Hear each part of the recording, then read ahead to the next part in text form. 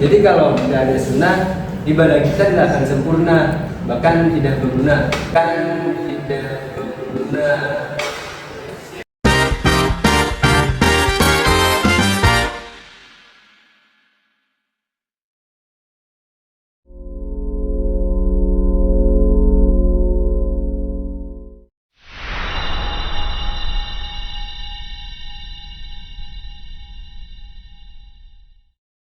Baik, bismillahirrahmanirrahim. Assalamualaikum warahmatullahi wabarakatuh. Kami dari kelompok 6 ingin mendiskusikan tentang materi yang berjudul ingkar sunnah. Baik, saya Kasih Azizul Al-Aziz sebagai moderator di sini, dan rekan-rekan saya sebagai narasumber di sini yang beranggotakan saya Muhammad Ilham. Saya Hidup Fadila Gayani, saya Bayu Nisa. Oke, baik. Untuk rekan-rekan ada beberapa pertanyaan nih mengenai ingkar sunnah, materi sunnah maksudnya. Yang pertama, untuk kita dulu mungkin ya, apa sih ingkar sunnah itu?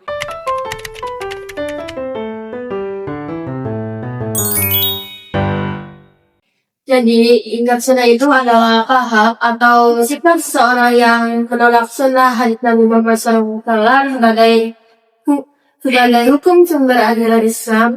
Dan seorang ini hanya berpegang pada Al-Quran saja, tidak mengikuti ajaran-ajaran Nabi.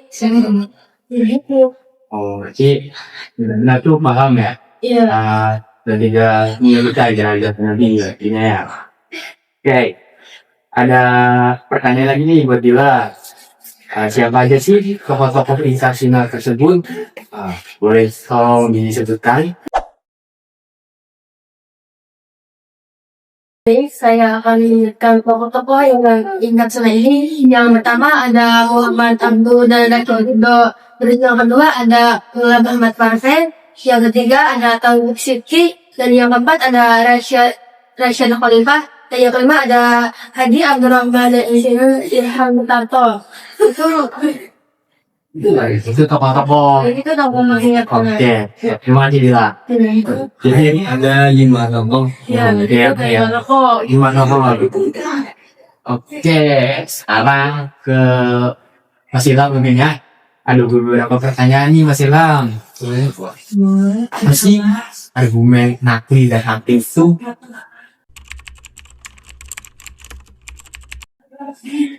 Jadi dalil akli dan nakli. Dalil akli itu ya berdasarkan dari pikiran manusia, sedangkan dalil nakli dia bersumber dari ayat Al-Quran dan hadis. Tapi keduanya ini saling melengkapi loh. Hadis akli dan nakli ini nakli ini bersumber sifat dia mutlak, sedangkan dari akli dia ini dapat membantu menalar dan dapat pemahaman menerapkan ajaran tersebut di kehidupan kita. Jadi saling Melengkapi ya berarti kedua-duanya aku saling bertengah. Oke, terima kasih Mas Ilham. Ada satu lagi nih pertanyaan buat Mas Ilham. Apa jadinya kalau Islam hanya berpegang pada Al-Quran saja dan menolak tentang sunnah?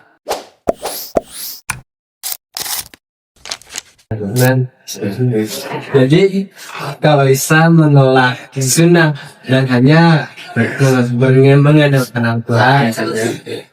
Yang pertama, ibadah dia akan kurang sempurna, tidak berguna. Iya. Karena kan di Al-Quran cuman menjelaskan intinya saja. Contohnya seperti kita diberitahu sholat. Cuma disuruh merintahkan saja dalam Al-Quran, tapi dengan sunnah ini diajarkan tata cara sholat, wudhu. Kan di Al-Quran tidak ada tata cara sholat, hanya ada di disuruh Hanya diperintah untuk sholat, tapi juga ada Atas cara. aja tentang tata cara sholat. Di situ letak sunnahnya. Jadi kalau nggak ada sunnah, ibadah kita tidak akan sempurna, bahkan tidak berguna. sia-sia lagi. Oke, terima kasih Mas Ella ya. Jawaban yang cukup bagus nih. Baik ini itu lanjut ya, Mbak Indonesia. Ada beberapa pertanyaan nih buat Mbak Indonesia. Yang pertama nih, apa sih bantahan ulama terhadap tokoh-tokoh lingkaran sunnah?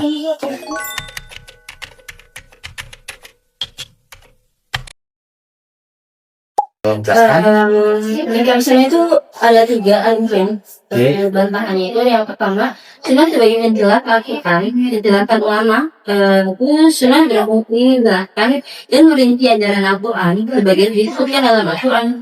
Rasulullah SAW diberikan kewenangan oleh Allah untuk menjelaskan Al-Quran kepada umat manusia. Yang kedua itu adalah kualitas hadis. Melalui ilmu hadis, mereka menolak hadis dengan alasan perawi hadis adalah manusia biasa dan tidak maksud dan salah. Ulama mengembangkan ilmu hadis yang sangat ketat, yaitu ilmu jarh wa ta'dil dan ilmu mustalah.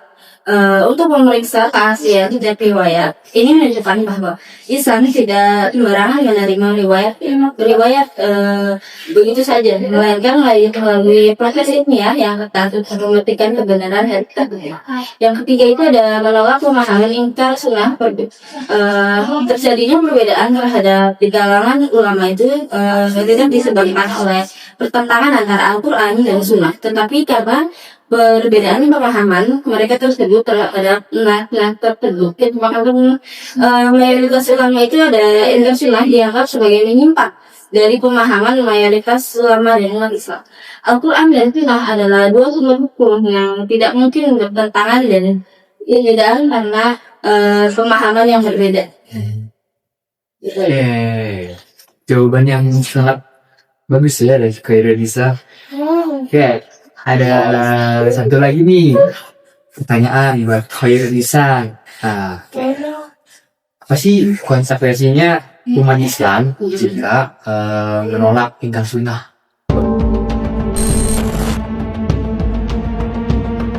Oke, konsekuensinya itu kayak itu sangat berbahaya ya.